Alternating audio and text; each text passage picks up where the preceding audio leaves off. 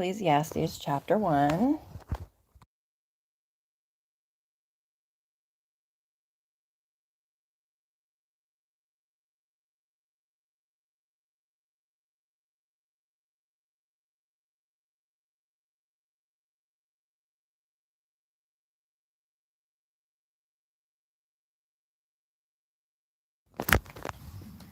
The words of the preacher, the son of David, king in Jerusalem. Vanity of vanities, says the preacher, vanity of vanities. All is vanity. What advantage does man have in all his work which he does under the sun? A generation goes and a generation comes, but the earth remains forever.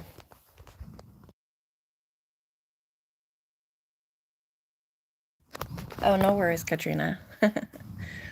I'm just glad you're here.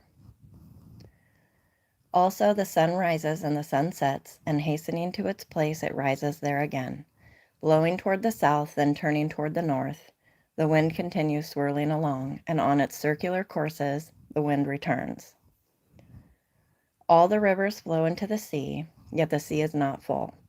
To the place where the rivers flow, there they flow again. All things are wearisome, man is not able to tell it. The eye is not satisfied with seeing, nor is the ear filled with hearing. That which has been is that which will be, and that which has been done is that which will be done. So there is nothing new under the sun. Is there anything of which one might say, "See this, it is new"? Already it has existed for ages, which were before us.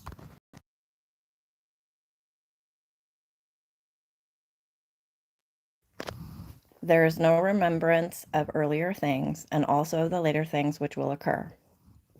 There will be for them no remembrance among those who will come later still. I, the preacher, have been king over Israel in Jerusalem, and I set my mind to seek and explore by wisdom concerning all that has been done under heaven. It is a grievous task which God has given to the sons of men to be afflicted with. I have seen all the works which have been done under the sun, and behold, all is vanity and striving after wind. What is crooked cannot be straightened, and what is lacking cannot be counted.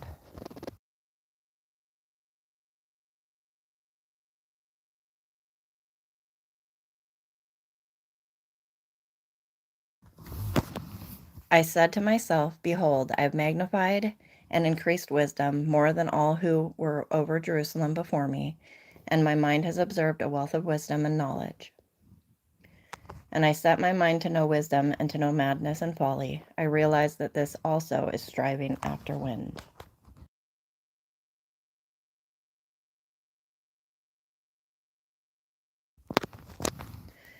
Because in much wisdom there is much grief, and increasing knowledge results in increasing pain. And that was Ecclesiastes 1. I said to myself, come now, I will test you with pleasure. So enjoy your... And behold, it too was futility. I said of laughter, it is madness, and of pleasure, what does it accomplish? I explored with my mind how to stimulate my body with wine, while my mind was guiding me wisely, and how to take hold of folly, until I could see what good there is for the sons of men to do under heaven the few years of their lives. I enlarged my works. I built houses for myself. I planted vineyards for myself.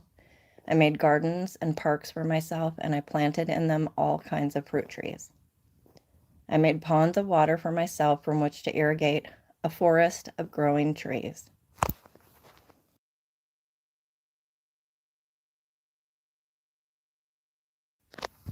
I bought male and female slaves, and I had home-born slaves. Also, I possessed flocks and herds larger than all who preceded me in Jerusalem. Also, I collected for myself silver and gold and the treasure of kings and provinces. I provided for myself male and female singers and the pleasures of men, many concubines. Then I became great and increased more than all who preceded me in Jerusalem. My wisdom also stood by me. All that my eyes desired, I did not refuse them. I did not withhold my heart from any pleasure, for my heart was pleased because of all my labors, and this was my reward for all my labor. Thus I considered all my activities, which my hands had done, and the labor which I had exerted, and behold, all was vanity and striving after wind, and there was no profit under the sun.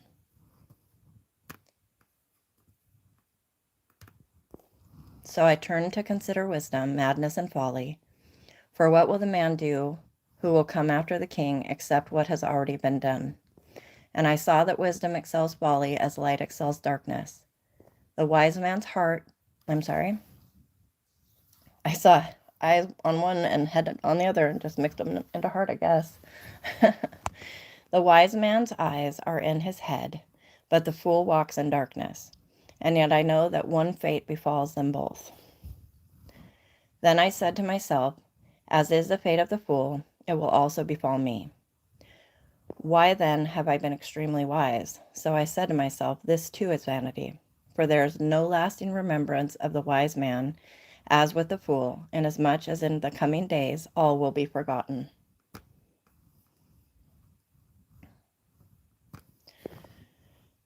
And how the wise man and the fool alike die. So I hated life, for the work which had been done under the sun was grievous to me, because everything is futility and striving after wind.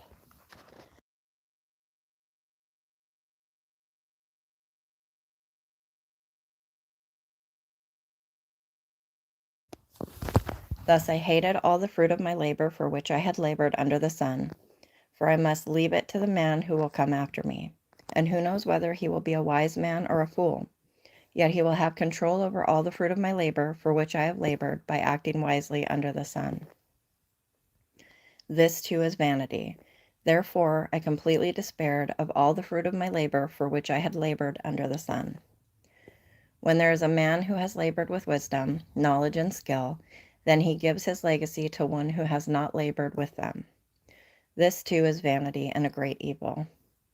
For what does a man get in all his labor and in his striving with which he labors under the sun?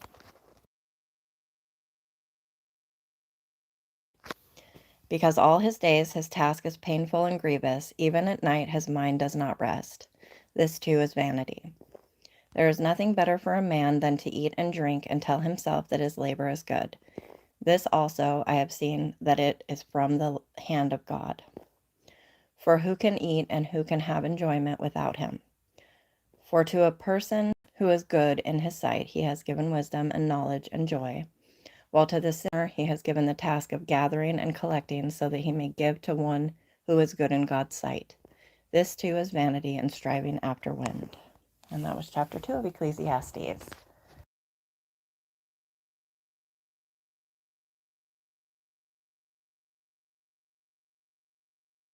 I'm going to take a drink before I read the next chapter. If anybody needs prayer, please don't hesitate to ask.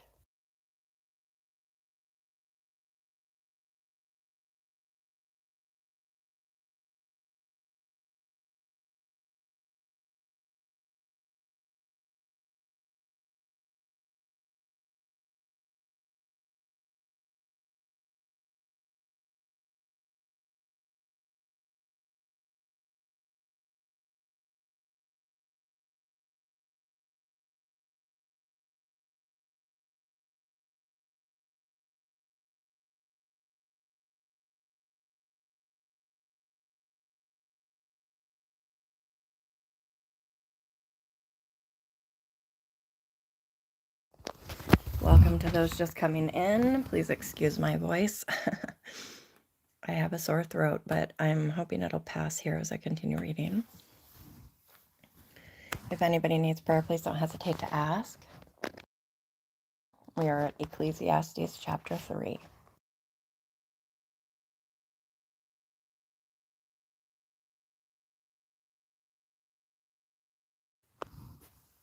There is an appointed time for everything, and there is a time for every event under heaven.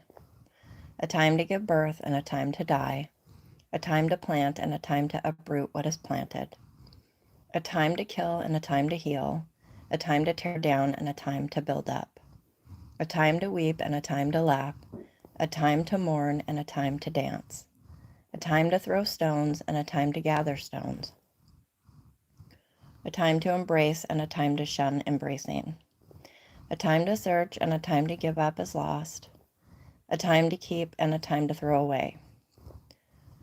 a time to tear apart and a time to sew together, a time to be silent and a time to speak, a time to love and a time to hate, a time for war and a time for peace.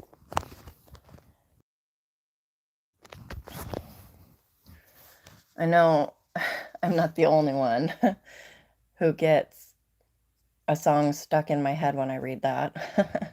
An oldies song.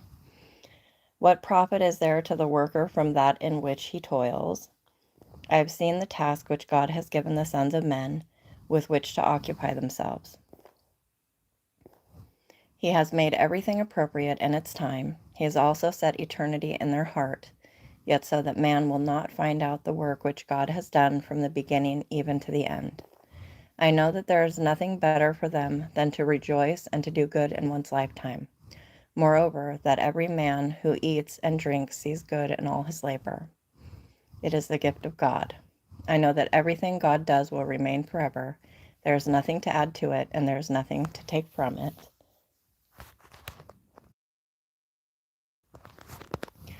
For God has so worked that men should fear him. That which is has been already, and that which will be has already been. For God seeks what has passed by.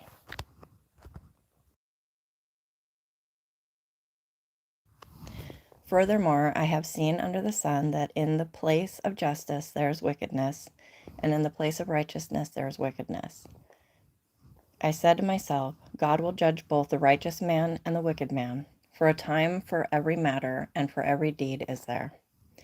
I said to myself concerning the sons of men, God has surely tested them in order for them to see that they are but beasts. For the fate of the sons of men and the fate of beasts is the same. As one dies, so dies the other. Indeed, they all have the same breath, and there is no advantage for man over beast, for all is vanity.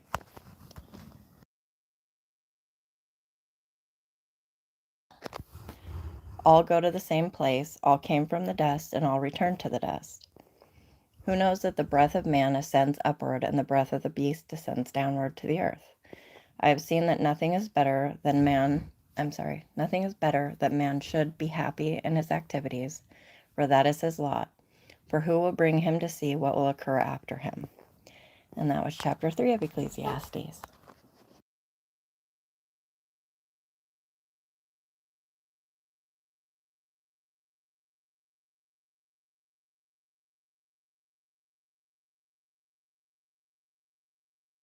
I'm going to take a drink real quick and then I will read chapter 4.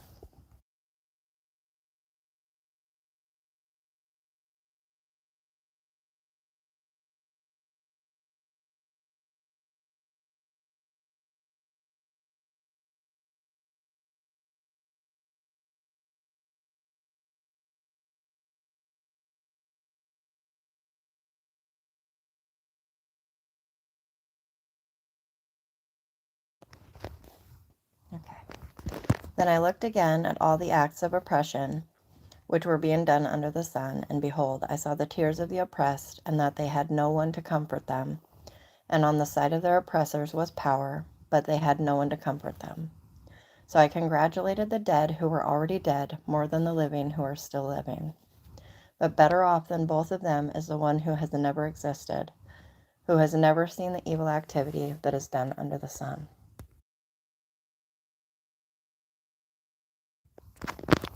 I have seen that every labor and every skill which is done is the result of rivalry between a man and his neighbor. This too is vanity and striving after wind. The fool folds his hands and consumes his own flesh. One handful of rest is better than 2 fistfuls of labor and striving after wind. Then I looked again at vanity under the sun. There was a certain man without a dependent, having neither a son nor a brother, yet there was no end to all his labor. Indeed, his eyes were not satisfied with riches, and he never asked, "And for whom am I laboring and depriving myself of pleasure?" This too is vanity, and it is a grievous task. 2 are better than 1 because they have a good return for their labor, for if either of them falls, the one will lift up his companion.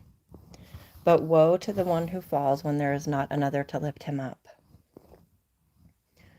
Furthermore, if 2 lie down together, they keep warm. but how can one be warm alone?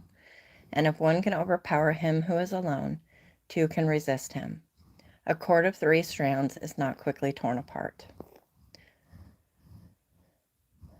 A poor yet wise lad is better than an old and foolish king who no longer knows how to receive instruction.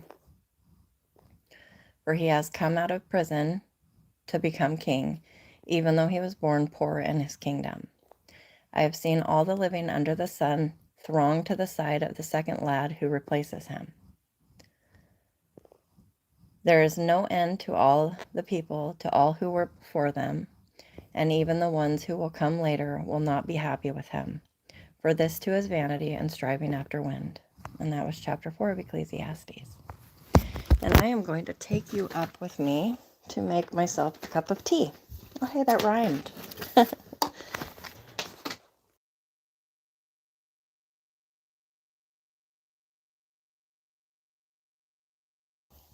See. Let me get up there and then I will read as I make my tea.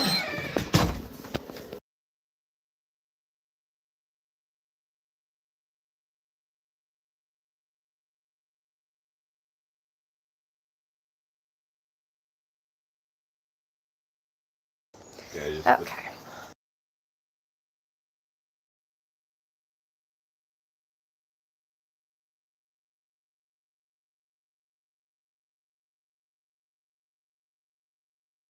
Just click through them until they got excited. Yes. Yeah, they love the mice, but they like the birds too. Okay, I'm just gonna get my tea going and then I will read chapter 5.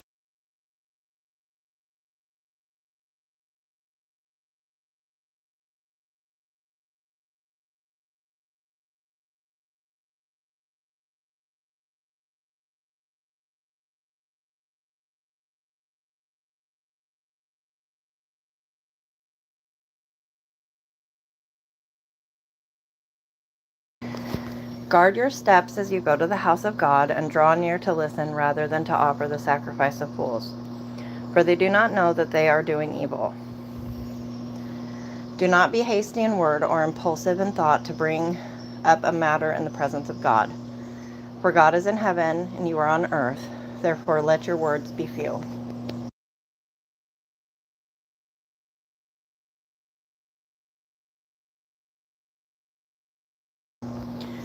For the dream comes through much effort, and the voice of a fool through many words. When you make a vow to God, do not be late in paying it, for he takes no delight in fools. Pay what you vow. It is better that you should not vow than that you should vow and not pay. And that reminds me of the guy we read, probably a week and a half ago now, who swore to God that if he helped him get through the battle, his name started with a J. I can't think of it right now, but he would give whatever came through his door when he got home, and it was his daughter. So yeah, don't vow unless you are really sure you're going to come through with it. It is better that you should not vow, again I say, than that you should vow and not pay. Do not let your speech cause you to sin, and do not say in the presence of the messenger of God that it was a mistake. And I don't think you were out of earshot. Out of rear shot. Oh my goodness. Please excuse my brother. We just laugh about it around here, honestly, with 4 boys, and such is life, right? And it's all vanity. It's all in vain, and it's okay. Just gonna get my tea bag going in here, and it's sure not gonna be Darjeeling tonight, because the Darjeeling that I had yesterday, it sucked the moisture right out of my mouth and made it feel like I had paper towels wrapped around my tongue or something. So tonight I'm going to try honey lemon spice. I think it has ginger and stuff in it that will possibly numb my throat a little bit. Okay. Oh wow, my brother passes gas and suddenly my viewers go down to 0. Tough crowd tonight.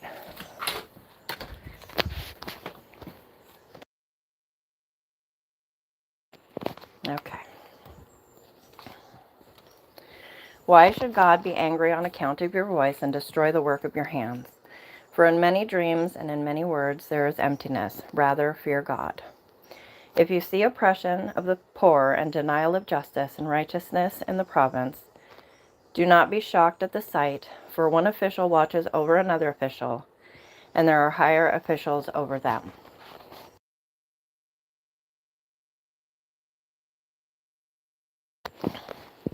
After all, a king who cultivates the field is an advantage to the land. He who loves money will not be satisfied with money, nor he who loves abundance with its income. This too is vanity. When good things increase, those who consume them increase. So what is the advantage to their owners except to look on? The sleep of the working man is pleasant, whether he eats little or much, but the full stomach of the rich man does not allow him to sleep. There is a grievous evil which I have seen under the sun, riches being hoarded by their owner to his hurt. When those riches were lost through a bad investment, and he had fathered a son, then there was nothing to support him. As he has come naked from his mother's womb, so he will return as he came. He will take nothing from the fruit of his labor that he can carry in his hand. This also is a grievous evil. Exactly as a man is born, thus will he die. So what is the advantage to him who toils for the wind? Throughout his life he also eats in darkness with great vexation, sickness, and anger. My tea is almost ready here. Here is what I have seen to be good and fitting, to eat, to drink, and enjoy oneself in all one's labor, in which he toils under the sun during the few years of his life which God has given him, for this is his reward. Furthermore, as for every man to whom God has given riches and wealth, he has also empowered him to eat from them and to receive his reward and rejoice in his labor. This is the gift of God. What is it? Oh, you want to jump to Gammy? Come here. I got you. Hey, come here. I got you. Are you hungry or something? For he will not often consider the years of his life, because God keeps him occupied with the gladness of his heart. And that was chapter 5 of Ecclesiastes.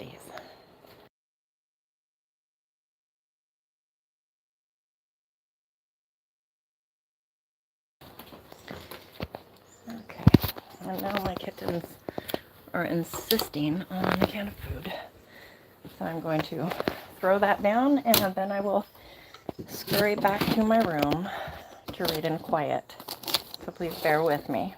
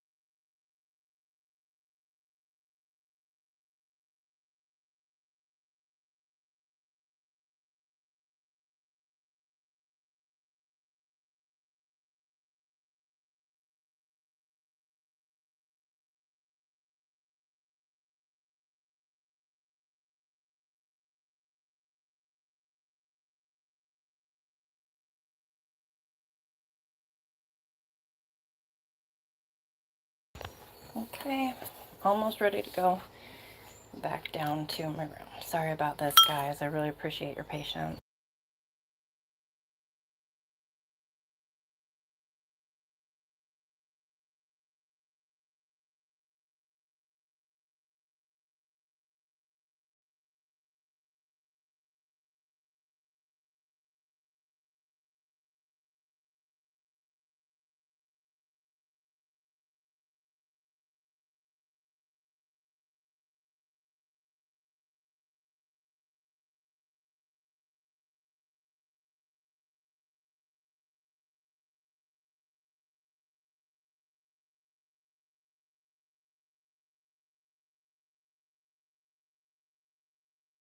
Okay, and now I am walking back to my room with my tea. The cats are fed. And my creaky.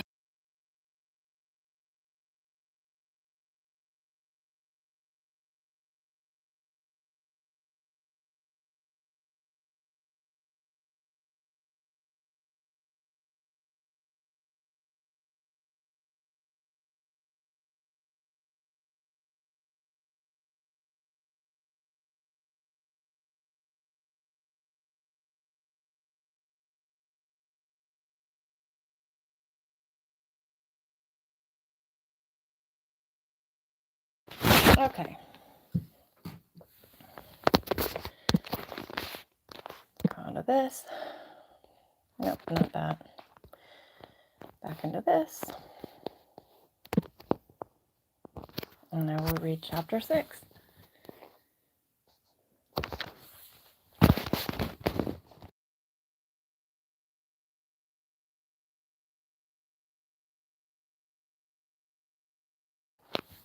There is an evil which I have seen under the sun, and it is prevalent among men. A man to whom God has given riches and wealth and honor, so that his soul lacks nothing of all that he desires, yet God has not empowered him to eat from them, for a foreigner enjoys them. This is vanity and a severe affliction. If a man fathers 100 children and lives many years, however many they be, but his soul is not satisfied with good things, and he does not even have a proper burial, then I say, better the miscarriage than he, for it comes in futility and goes into obscurity, and its name is covered in obscurity.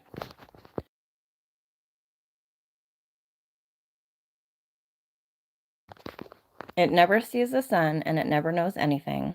It is better off than he. Even if the other man lives 1,000 years twice and does not enjoy good things, do not all go to one place?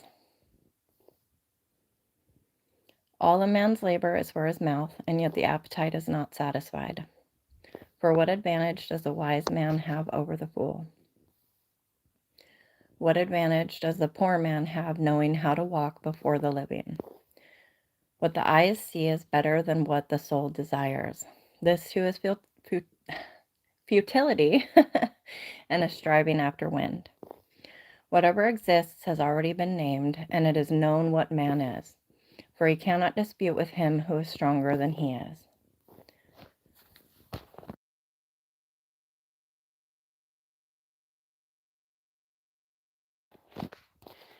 For there are many words which increase futility. What then is the advantage to a man? For who knows what is good for a man during his lifetime, during the few years of his futile life? He will spend them like a shadow, for who can tell a man what will be after him under the sun? And that was chapter 6.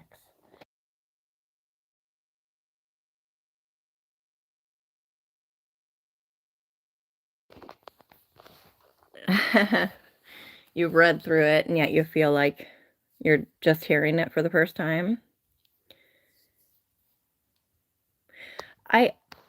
I don't think that's necessarily true, because I have listened to this read to me from 2 different voices. I have read it aloud now twice, and I've read it to myself several times as well. And each time it feels different.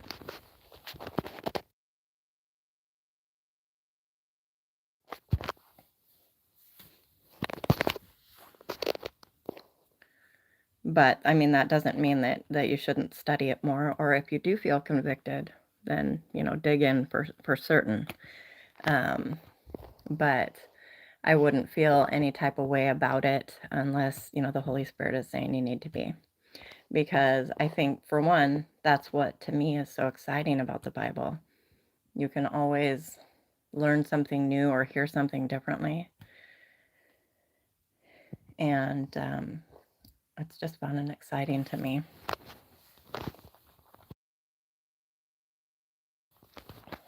Okay. A good name is better than a good ointment, and the day of one's death is better than the day of one's birth. It is better to go to a house of mourning than to go to a house of feasting, because that is the end of every man, and the living takes it to heart.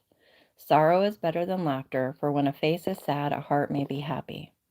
The mind of the wise is in the house of mourning, while the mind of fools is in the house of pleasure. It is better to listen to the rebuke of a wise man than for one to listen to the song of fools. For as the crackling of thorn bushes under a pot, so is the laughter of the fool, and this too is futility.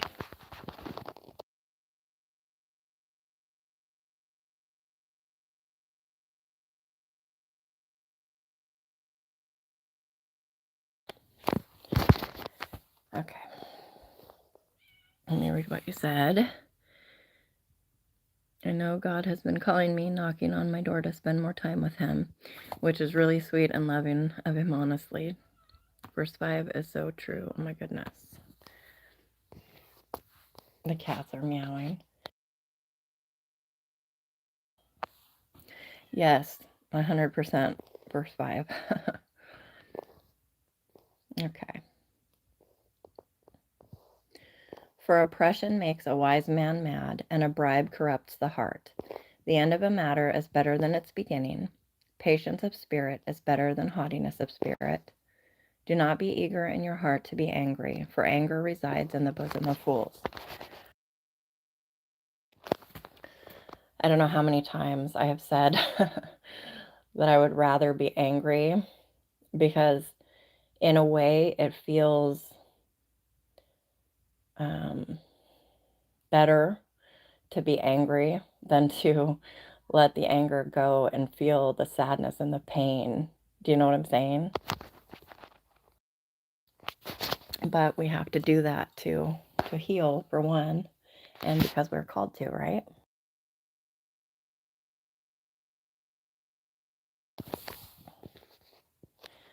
Do not say, why is it that the former days were better than these? For it is not from wisdom that you ask about this. Wisdom along with an inheritance is good and an advantage to those who see the sun. For wisdom is protection, just as money is protection, but the advantage of knowledge is that wisdom preserves the lives of its possessors.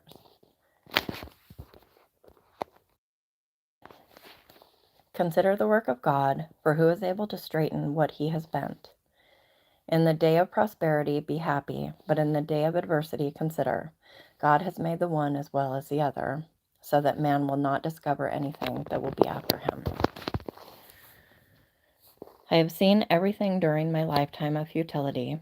There is a righteous man who perishes in his righteousness, and there is a wicked man who prolongs his life in his wickedness. Do not be exceedingly righteous, and do not be overly wise. Why should you ruin yourself? Do not be excessively wicked, and do not be a fool.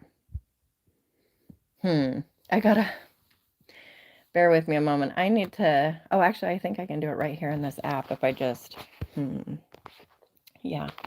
Does it really say that? The wording is so odd. Let me scroll back up here.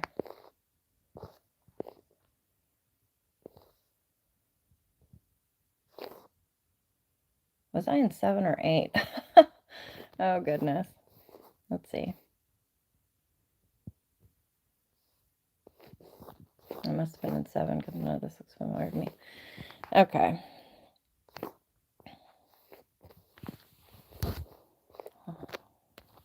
Oh, no. No, don't do that.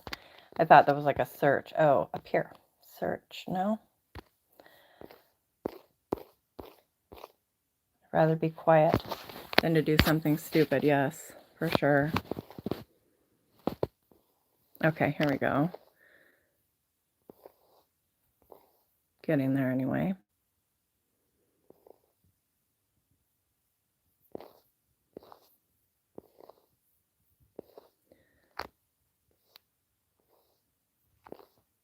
Goodness. Okay.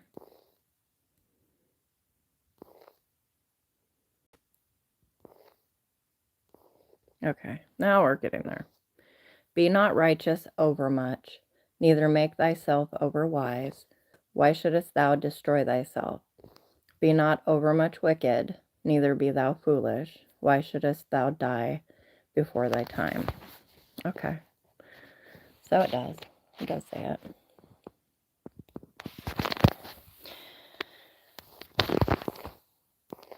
I wonder, though, what the Hebrew word for that wicked, that the actual meaning behind it is, because I don't think God wants us to be wicked at all.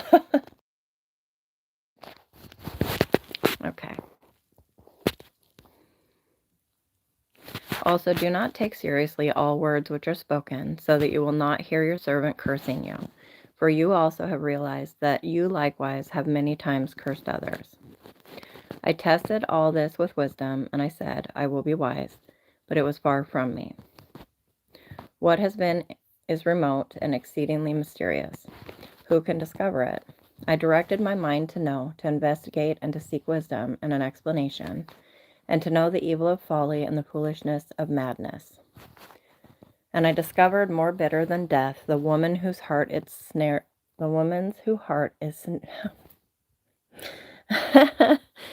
sorry, the woman whose heart is snares and nets, whose hands are chains.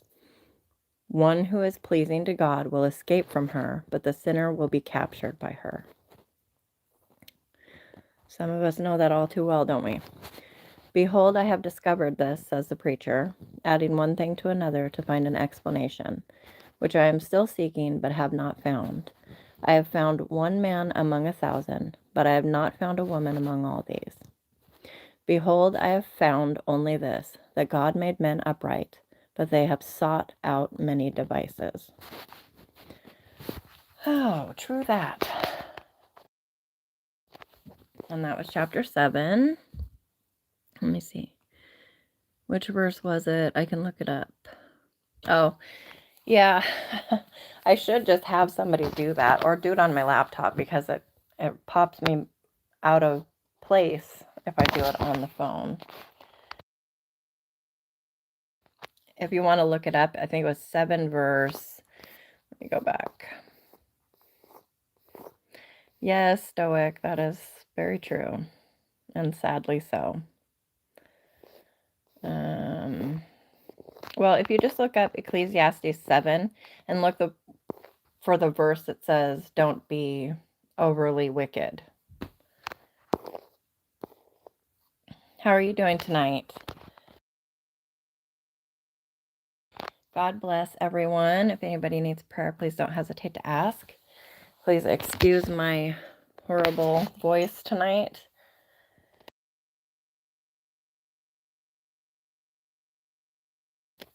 I do think it is trying to ease up a little bit, though. Praise God.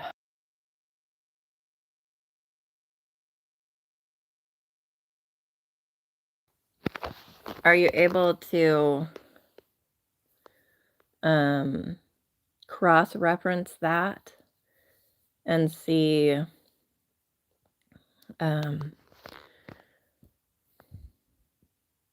guilty or wickedness? Yeah, I don't know. It just struck me as odd as all. I mean, it's just kind of like saying, oh, you can be a little bit wicked, but I think it's just how I'm taking it. Because, knowing the heart of God and his desire for us, I don't think he's saying, yeah, go ahead, be a little bit wicked, but don't go overboard, Legal or moral guilt. Okay, so guilt, which would explain it with the guilt, because you can't, he says before this, that no man's without sin, of course, so that makes more sense to me. Sometimes my brain just wants to figure something out, or should have it figured out, but doesn't, So thank you. I appreciate that. Who is like the wise man, and who knows the interpretation of a matter? A man's wisdom illumines him and causes his stern face to beam. I say, keep the command of the king because of the oath before God. Do not be in a hurry to leave him. Do not join in an evil matter, for he will do whatever he pleases. Since the word of the king is authoritative, who will say to him, what are you doing? One moment, please.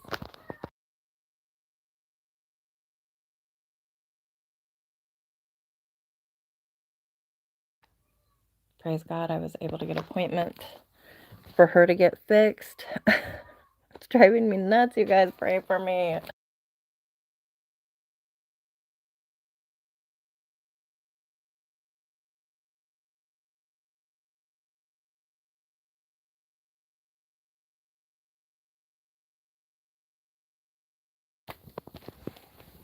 She was doing this when I was streaming this morning, and then she stopped for hours, and now I go live again, and here she is.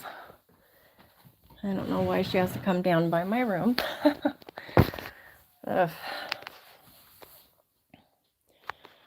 I try to be as patient as I can because I know she can't help it, but goodness, it drives me batty. Okay.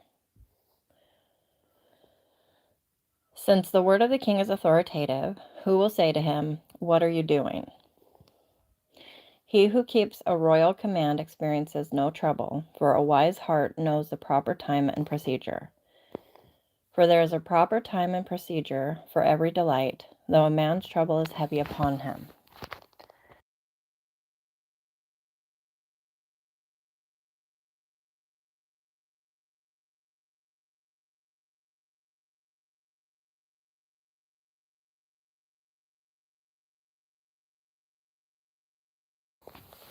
Okay, let me read the comments. The word wicked is larasha. There are a number of words in the Hebrew for wicked. This word is sort of a mild wicked. It is used when something does not balance out. The lack of balance shows if something is false. The root word is rasha, which is spelled resh, shin, nan. Thank you.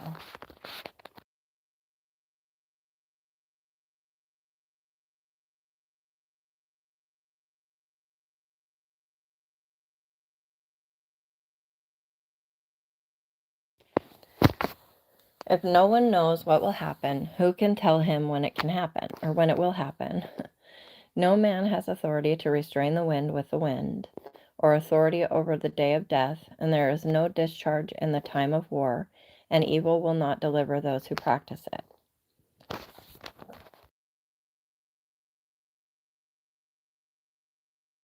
Oh, yes, please do, Katrina. Thank you.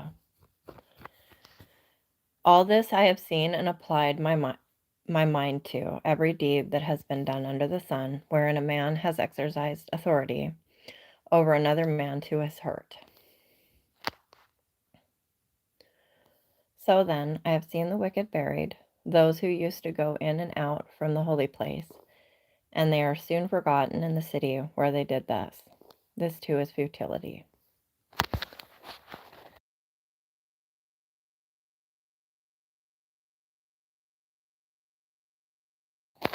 Because the sentence against an evil deed is not executed quickly, therefore the hearts of the sons of men among them are given fully to do evil. Boy, we can see that in our modern times, can't we? Although a sinner does evil 100 times, and many lengthen his life, still I know that it will be well for those who fear God, who fear him openly. But it will not be well for the evil man, and he will not lengthen his days like a shadow, because he does not fear God. There is futility which is done on the earth, that is, there are righteous men to whom it happens according to the deeds of the wicked. On the other hand, there are evil men to whom it happens according to the deeds of the righteous. I say that this too is futility. So I commended pleasure, for there is nothing good for a man under the sun except to eat and to drink and to be merry. And this will stand by him in his toils throughout the days of his life, which God has given him under the sun.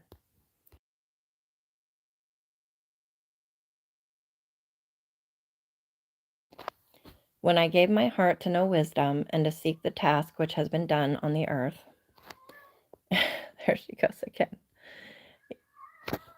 1 second, please.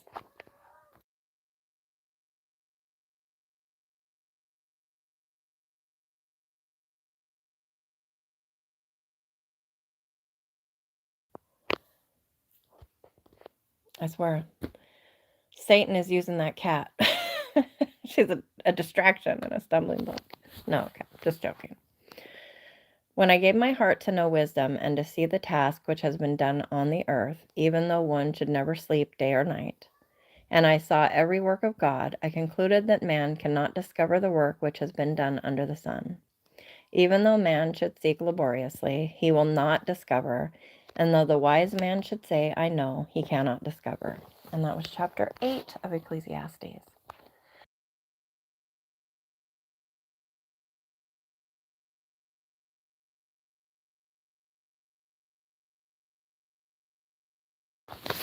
I would like to learn Aramaic. I've always wanted to, but I don't think my mind can.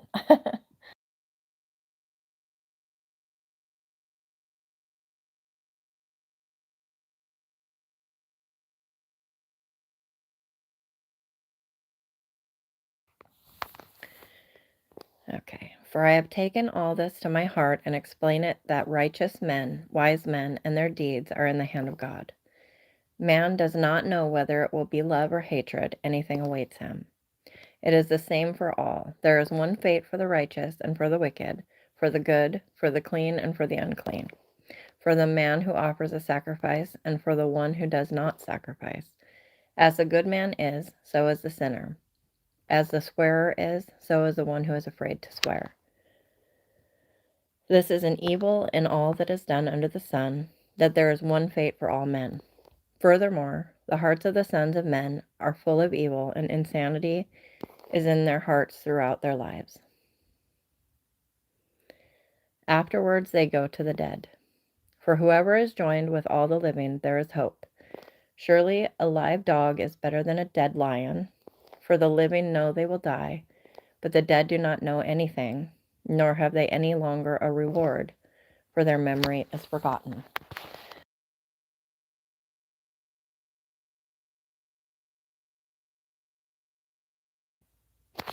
Indeed, their love, their hate, and their zeal have already perished, and they will no longer have a share in all that is done under the sun. Go then, eat your bread in happiness, and drink your wine with a cheerful heart, for God has already approved your works. Let your clothes be white all the time, and let not oil be lacking on your head. Enjoy life with the woman whom you love all the days of your fleeting life. I'm sorry, you guys. I kind of crack up about this book because it just feels so woe is me. It's like good advice and everything, but then he's like, your fleeting life. He must have been in a mood when he wrote this. Okay. Enjoy the life with the woman whom you love all the days of your fleeting life, which he has given to you under the sun, for this is your reward in life, and is your toil in which you have labored under the sun. Oh, truly, Katrina. Yeah, stoic, really. I mean, we're in the world here, but we cannot be part of it. And honestly, to me, it's so easy not to be, because to me, the agenda and the evil and the the enemy's schemes, to me, it's also blatantly obvious. So, I mean, but I understand how it can lure people in, you know, at least some of it. Some of it, it's like, how does anybody fall for that? But, you know, okay. Whatever your hand finds to do, do it with all your might. Oh, wait. Okay. Whatever your hand finds to do, do it with all your might, for there is no activity or planning or knowledge or wisdom in Sheol where you are going. I again saw under the sun that the race is not the swift, and the battle is not the warriors, and neither is bread to the wise, nor wealth to the discerning, nor favor to men of ability, for time and chance overtake them all.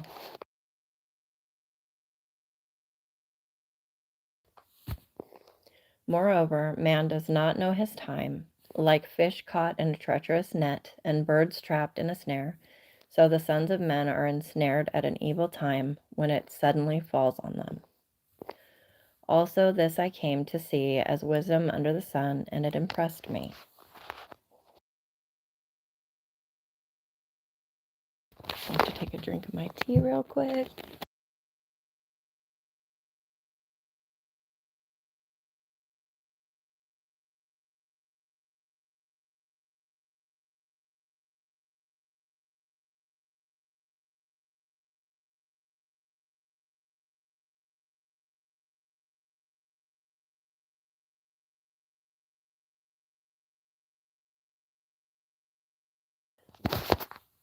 There was a small city with few men in it, and a great king came to it, surrounded it, and constructed large siege works against it.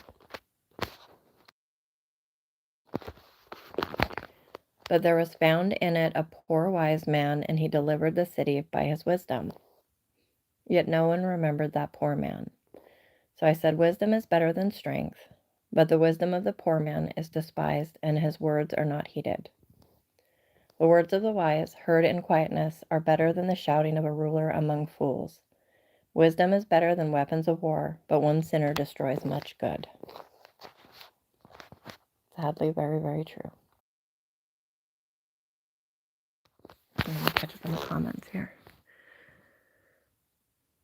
Life is but a breath. Yes, blink of an eye, right? The more I find out, the more my heart breaks. I agree, Katrina. Stoic said, memento mori. Remember you will die thinking about your death daily. So we understand it more. The dipper constellation in the heavens declare his works. Remember Judas Iscariot riot? No king's protest? I'm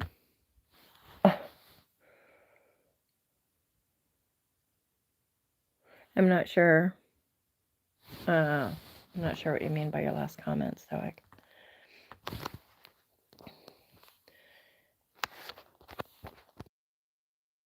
I could just be a little slow because I'm sick. Dead flies make a perfumer's oil stink, so a little foolishness is weightier than wisdom and honor. A wise man's heart directs him toward the right, but the foolish man's heart directs him toward the left. Even when the fool walks along the road, his sense is lacking, and he demonstrates to everyone that he is a fool. If the ruler's temper rises against you, do not abandon your position, because composure allays great offenses. There is an evil I have seen under the sun, like an error which goes forth from the ruler. Folly is set in many exalted places, while rich men sit in humble places. I have seen slaves riding on horses, and princes walking like slaves on the land. He who digs a pit may fall into it, and a serpent may bite him who breaks through a wall. He who quarries stones may be hurt by them, and he who splits logs may be endangered by them.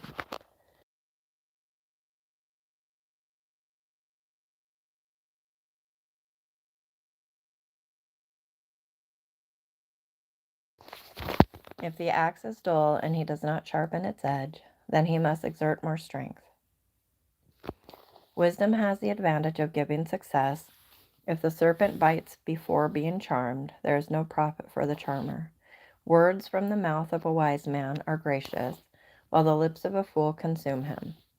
The beginning of his talk is folly, and the end of it is wicked madness. Yet the fool multiplies words. No man knows what will happen, and who can tell him what will come after him? The toil of a fool so wearies him that he does not even know how to go to a city. Woe to you, O land, whose king is a lad and whose princes feast in the morning. Blessed are you, O land, whose king is of nobility and whose princes eat at the appropriate time, for strength and not for drunkenness.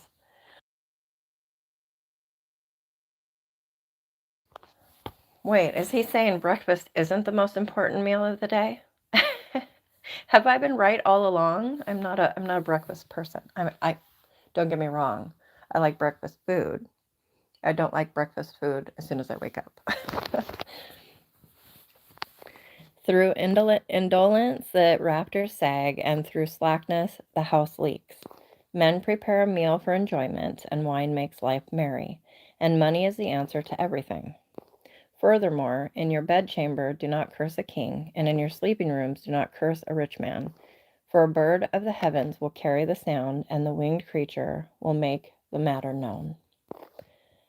And that was chapter 10 of Ecclesiastes.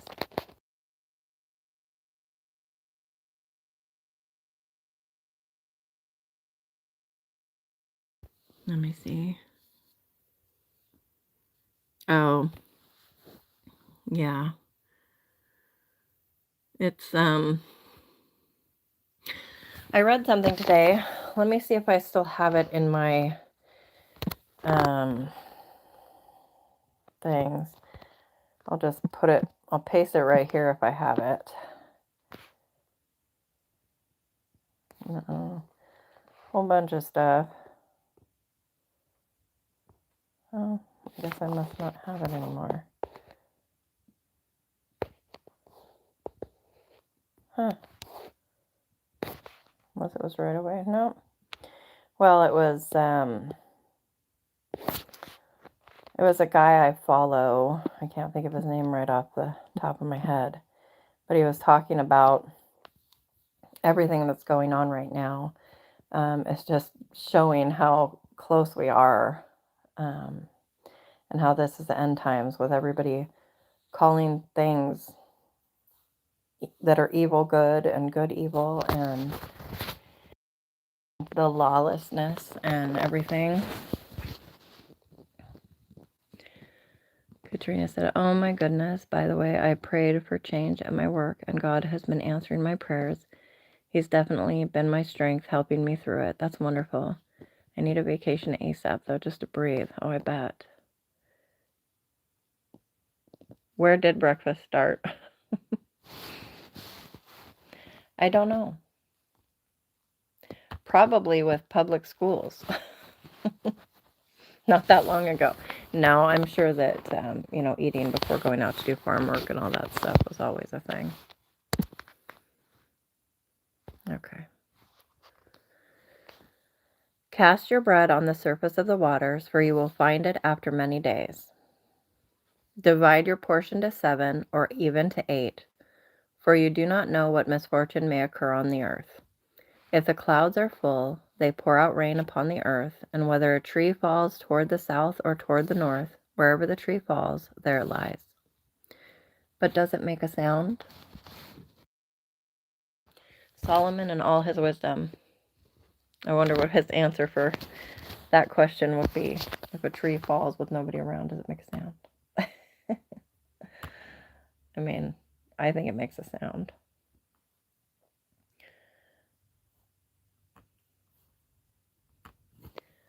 He who watches the wind will not sow, and he who looks at the clouds will not reap. Just as you do not know the path of the wind and how bones are formed in the womb of the pregnant woman, so you do not know the activity of God who makes all things. Sow your seed in the morning, and do not be idle in the evening, for you do not know whether morning or evening sowing will succeed, or whether both of them alike will be good. The light is pleasant, and it is good for the eyes to see the sun. Indeed, if a man should live many years, let him rejoice in them all, and let him remember the days of darkness, for they will be many. Everything that is to come will be futility. Rejoice, young man, during your childhood, and let your heart be pleasant during the days of young manhood. And follow the impulses of your heart and the desires of your eyes, yet know that God will bring you to judgment for all these things. So remove grief and anger from your heart, and put away pain from your body, because childhood and the prime of life are fleeting.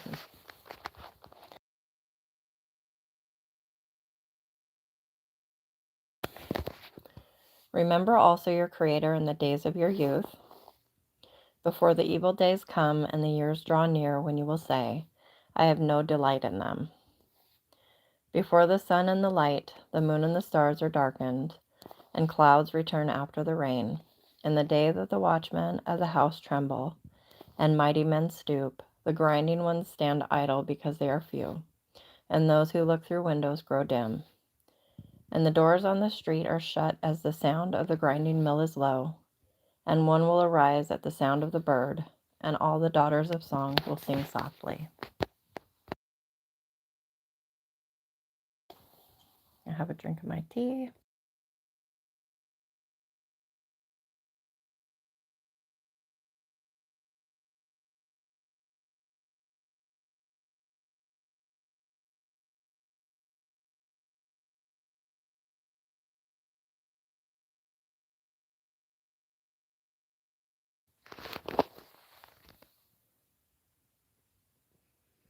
Furthermore, men are afraid of a high place and of terrors on the road. The almond tree blossoms, the grasshopper drags himself along, and the caperberry is ineffective. For a man goes to his eternal home, while mourners go about in the street. Remember him before the silver cord is broken, and the golden bowl is crushed. The pitcher by the well is shattered, and the wheel at the cistern is crushed. Then the dust will return to the earth as it was, and the spirit will return to God who gave it. Vanity of vanities, says the preacher, all is vanity. In addition to being a wise man, the preacher also taught the people knowledge, and he pondered, searched out, and arranged many proverbs. The preacher sought to find delightful words, to write words of truth correctly.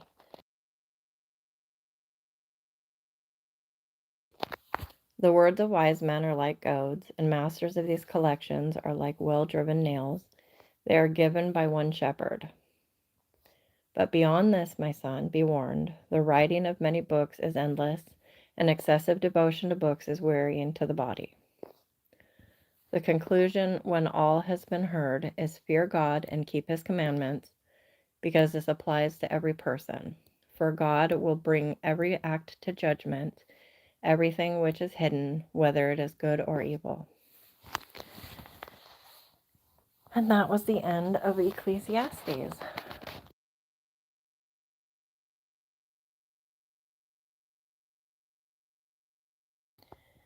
Welcome to whoever just came in. God bless you. If anybody needs prayer, please don't hesitate to ask.